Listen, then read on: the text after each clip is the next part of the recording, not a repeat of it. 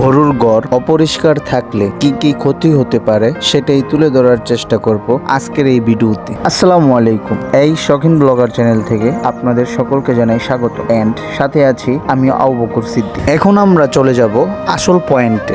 একজন খামারের সফলতার পেছনে শুধু ভালো জাতের গরু বা দামি খাবারই যথেষ্ট নয়, বরং গরু থাকার পরিবেশ অনেক গুরুত্বপূর্ণ। আমরা অনেক সময় গরুর খাবারের দিকে বেশি গুরুত্ব দিলেও গোয়াল ঘরের পরিষ্কার পরিচ্ছন্নতার বিষয়টি অবহেলা করি।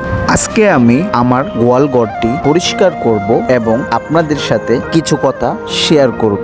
আপনারা ভিডিওর শুরুতে যেটা দেখেছেন সেটা হলো আমার গোয়াল ঘরে অতিরিক্ত মাকড়সার জাল। এই মাকড়সার জালগুলো পরিষ্কার করার জন্য সবথেকে বেশি কাজে যেটা দিবে সেটা হলো খেজুর গাছের ডাল। তাই আমি এই রৌদ্রের মাঝে চলে গেলাম একটি খেজুর গাছের ডাল আনার জন্য। আমি যখন খেজুর গাছটির ভিডিও করতেছিলাম ঠিক তখনই দেখতে পাই খেজুর গাছের একটি ঢাল নিচে পড়ে আছে। কথায় আছে না, আল্লাহ যা করেন ভালোর জন্যই করেন। আমার জন্য খেজুর গাছে ওঠাটা অনেক বেশি কষ্টকর ছিল। এখন আমরা খেজুর গাছের ডালটি নিয়ে চলে যাব আমাদের গরুর গোয়াল ঘরে। আরেকটি কথা বলি, যাই করুন না কেন নিজের সেফটিটা ফার্স্ট, যার কারণে আমি একটি মাস্ক পরে নিলাম। এখন আমি আপনাদের সাথে শেয়ার করব গরুর ঘরে অপরিষ্কার থাকলে কি কি ক্ষতি হতে পারে।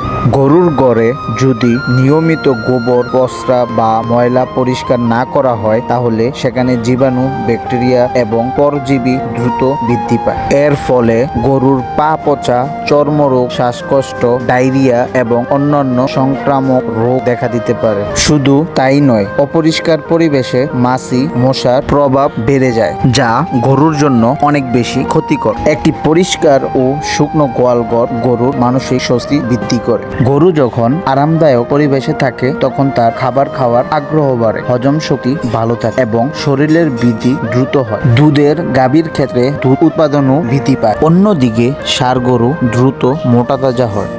এখন আমি যে কথাটি বলবো সেটি হলো যারা নতুন করে খামার দিবেন তাদের জন্য বেশি গুরুত্বপূর্ণ। গরুর ঘরে পর্যাপ্ত আলো বাতাস প্রবেশের ব্যবস্থা রাখতে হবে এবং প্রতিদিন সকাল এবং বিকালে গরুর ঘরের গোবর পরিষ্কার করতে হবে এবং সম্ভব হলে সপ্তাহে অন্তত একবার জীবাণুনাশক ব্যবহার করে গোয়াল ঘর ধুয়ে দিতে হবে। খাবারের পাত্র ও পানির পাত্রও নিয়মিত পরিষ্কার রাখা উচিত, কারণ নোংরা পাত্র থেকে অনেক রোগ ছড়াতে পারে। যাই হোক, আপনাদের সাথে কথা বলতে বলতে আমার গরুর ঘরটি পরিষ্কার করা সম্পূর্ণ হয়ে যায়। আর এখন আপনারা যে পরিবেশটা দেখতেছেন, আমি সবসময় চেষ্টা করি আমার গরুর ঘরটা এরকম রাখার। মনে রাখবেন, একজন সচেতন খামারি কখনো গরুর ঘর অপরিষ্কার রাখে না, কারণ তিনি জানেন সুস্থ গরু পাওয়ার প্রথম শর্ত হলো একটি পরিষ্কার ও স্বাস্থ্যসম্মত গোয়াল ঘর। তাই আসুন আমরা সবাই গরুর ঘর পরিষ্কার রাখি, গরুকে সুস্থ রাখি এবং আমাদের খামারকে আরো লাভজনক করে তুলি। যাই হোক, আজকের ভিডিওটি